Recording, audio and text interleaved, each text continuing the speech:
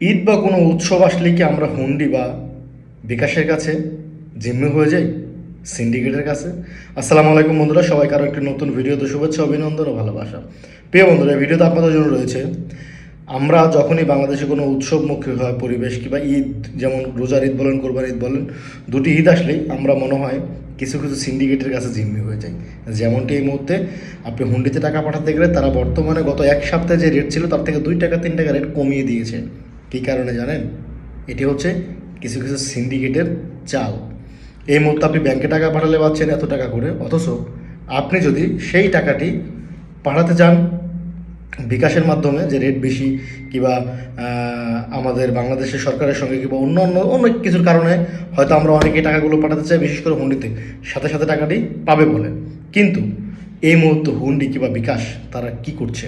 গত ঈদে এক সপ্তাহের ব্যবধানে টাকা রেট কমে গেলো 3 থেকে 4 টাকা। এই ঈদেও সেম। কোরবানি ঈদে আপনাকে অবশ্যই টাকা পাঠাতে হবে দেশে, আপনি কোরবানি দিবেন, কিংবা আপনার পরিবার পরিজন আপনার কাছে আবদার করেছে কেনাকাটার জন্য। অতএব হুন্ডিওয়ালারা জানে যে আপনি টাকা দেশে পাঠাবেন, সেই পরিপ্রেক্ষিতে তারা কিন্তু তাদের রেটগুলো কমিয়ে দিয়েছে। আর কমিয়ে দেওয়ার কারণে বাসটি খাচ্ছে কারা? আমার মতো, আপনার মতো সাধারণ প্রবাসীরা।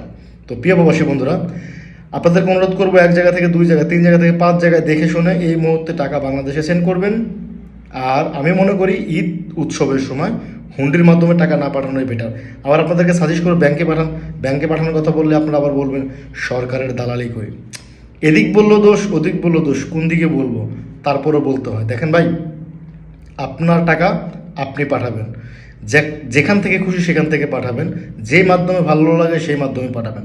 তবে একটা অনুরোধ থাকবে, যে মাধ্যমে আপনি রেট বেশি পাবেন সেই মাধ্যমেই টাকাটি পাঠাবেন। কেননা বর্তমানে হুন্ডিতে রেট দিচ্ছে কত? 30 টাকা সামথিং, 30 পয়সা, 40 পয়সা।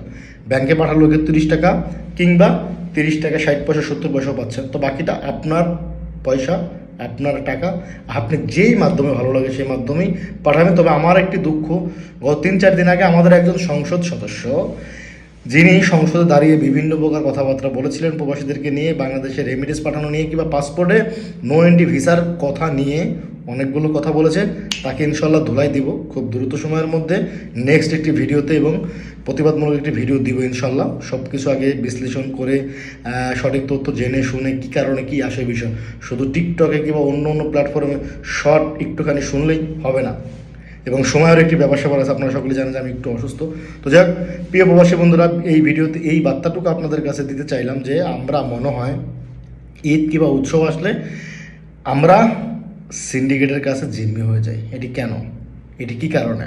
তো অবশ্যই সবাইকে সবার স্থান থেকে সতর্ক হতে হবে, সতর্কতা অবলম্বন করতে হবে। আর হ্যাঁ, অবশ্যই আমাদের ইউটিউব চ্যানেলে সাবস্ক্রাইব করে রাখবেন যে কোনো তথ্যভিত্তিক ভিডিও পেতে। সবাই ভালো থাকবেন, সুস্থ থাকবেন। দেখা হবে নেক্সট ভিডিও দ্বারা নতুন কিছু নিয়ে আপনাদের মাঝে। আল্লাহ হাফেজ।